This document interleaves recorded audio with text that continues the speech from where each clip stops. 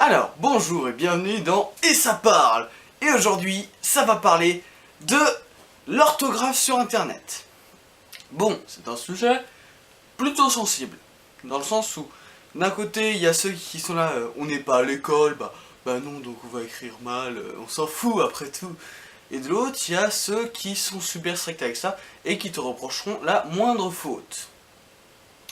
Alors, si je réagis à chaud par rapport à ça, c'est parce que j'ai vu un commentaire qui était une petite blague, et que donc la part des gens se sont attelés à l'orthographe.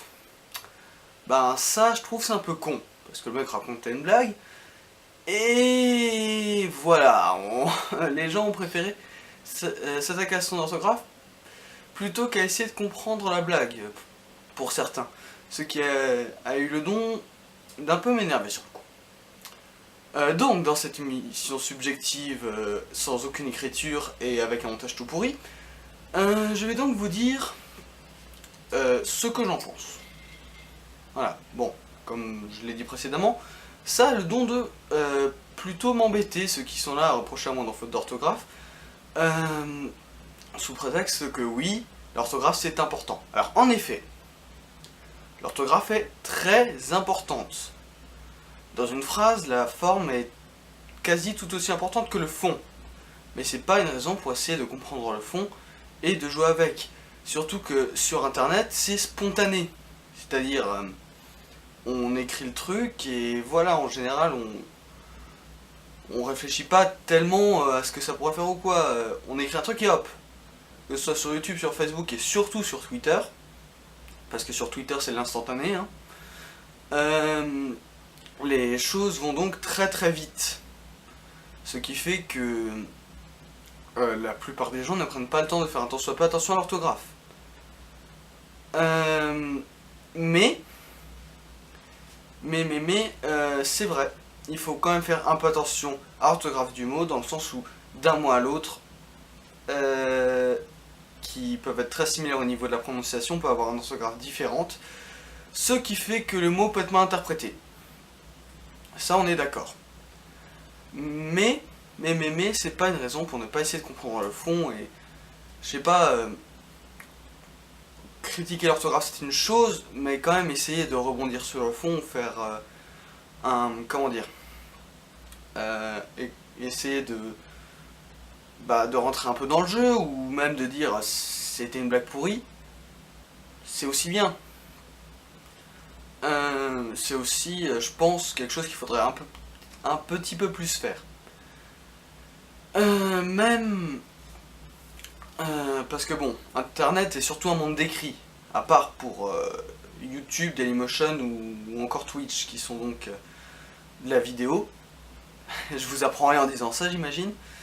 Enfin, si je vous l'apprends, ben bonjour, vous venez d'entrer sur internet, vous êtes sur YouTube. N'hésitez pas à vous abonner à ma chaîne. Bref, je m'emballe. Donc, la forme étant aussi importante que le fond, il faut donc travailler les deux. Sans oublier qu'il y a des gens qui sont parfois moins cultivés, parce que faut pas oublier que la moyenne d'âge sur internet, même s'il y a beaucoup de petits kikous et de rageux, qui sont dans cette tranche d'âge, c'est entre 7 et 12 ans sur YouTube pour beaucoup. Là je parle sur YouTube, sur Facebook aussi, maintenant. Moins Twitter pour le moment, mais ça va pas tarder. Donc voilà, cette moyenne d'âge, en général, ils n'ont pas non plus une orthographe parfaite, car faut se dire qu'à 7 ans, on est en CE1 ou CE2, je crois en CE1, ouais c'est en CE1, et on peut pas avoir une orthographe parfaite en CE1. Enfin, si on peut, mais quand on est gosse en CE1, l'orthographe, on se demande à quoi ça sert. C'est plutôt logique. Après, c'est aussi un peu la principale chose qui fait des réactions hâtives, cette moyenne d'âge. Car cette moyenne d'âge fait la plupart du temps un petit peu partie maintenant d'internet. Et elle en fait toujours partie, j'ai envie de dire. Parce que quand les anciens ont commencé à se dire qu'au final internet c'est pas si dangereux que ça, bah ils ont laissé envoyer leurs gosses. Après, faut quand même se dire que c'est un petit peu aux parents de savoir ce qu'il faut qu'ils regardent et ce qu'il ne faudrait pas qu'ils regardent, car le contenu sur internet n'est pas filtré et donc il faut surveiller ce que les gens font. Même si même si la CIA et la justice française s'en occupent déjà très bien, hein. Ça je m'en fais pas.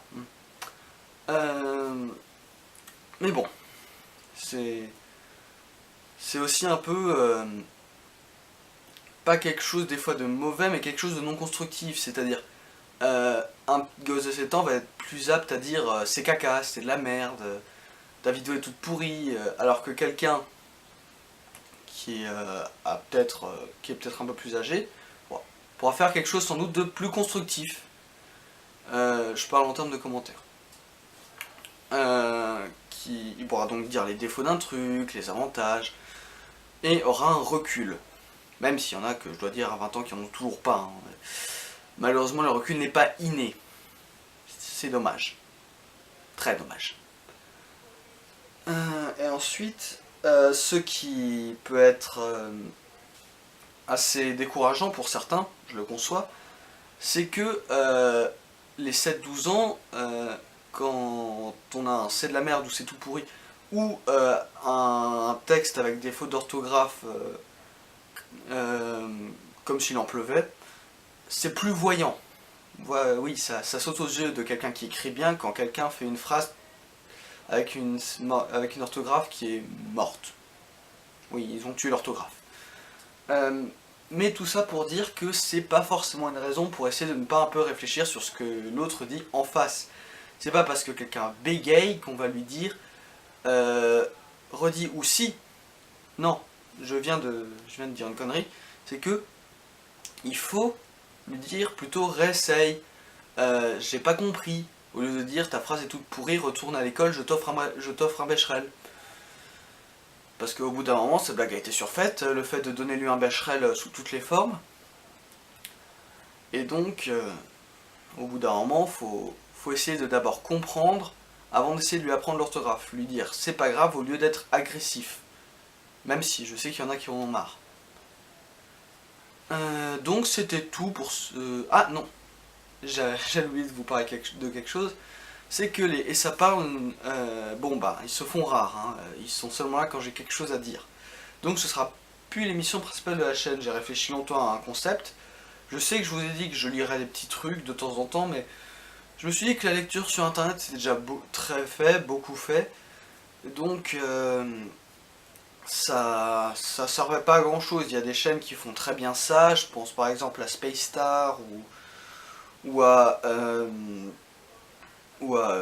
Vietovan Creepypasta qui font donc des lectures de Creepypasta qui sont tout à fait convenables et agréables à écouter. Et donc voilà, je voulais vous parler de mon nouveau concept. C'est donc des procès de personnages avec un petit peu de scénarisation autour en général des personnages d'anime ou de jeux vidéo. Je traiterai pas de vrais personnages, je pense, de vraies personnes. Car traiter de vraies personnes, c'est ennuyeux et ça porte à polémique, enfin. Je préfère nettement traiter par exemple Yunogasai ou encore Naruto, car eux on a des choses à dire, une critique peut être constructive vis-à-vis d'eux. Ce qui rejoint donc ce que je disais sur le recul et la constructivité d'un commentaire. Donc, je sais que cette vidéo sera peut-être courte, sans doute vous n'y comprendrez rien parce que j'aurai enchaîné les phrases à la seconde, en laissant des fois de gros blancs. Mais ce sera tout pour ce Et ça parle. Je vous souhaite une très bonne nouvelle année 2016, une très bonne continuation, et prenez du recul sur ce que vous faites. Ciao!